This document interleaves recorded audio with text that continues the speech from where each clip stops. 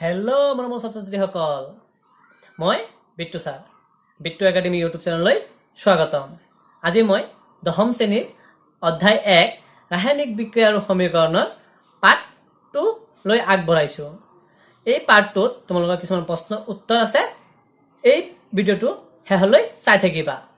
আৰু যদি চেনেলটোত নতুন আহিছা তেতিয়াহ'লে চেনেলটো ছাবস্ক্ৰাইব কৰি দিবা। আৰু যদি ভিডিঅ'টো ভাল লাগে তেতিয়া বেলেগলৈ ভিডিঅ'টো শ্বেয়াৰ কৰি দিবা। ব'লা আমি ভিডিঅ'লৈ যাওঁ।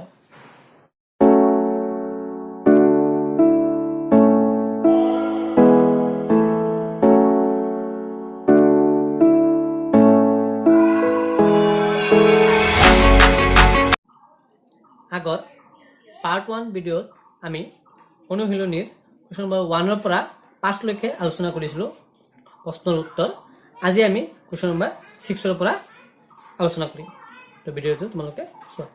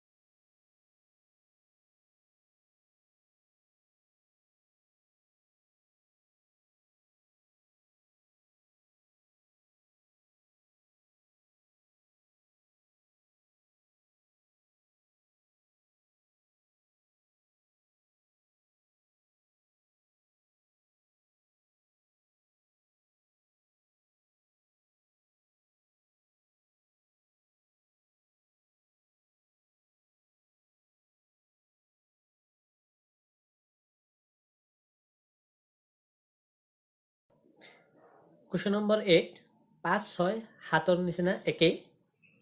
ইয়াতো ৰাসায়নিক সমীকৰণ আৰু সন্তুলিত ৰাসায়নিক সমীকৰণ লিখিব লাগিব আৰু শেষত বেলেঞ্চ কৰিব লাগিব। ইয়াত এটা বস্তু মন কৰিবা, ইয়াত তোমালোকৰ যি আছে জি, এল, এ কিউ আৰু এছ দিয়া আছে। এইকেইটা মানে হ'ল, জি মানে হ'ল গেছীয়, এল মানে হ'ল তৰল, এ কিউ মানে হ'ল জলীয়, এছ মানে হ'ল গোটা।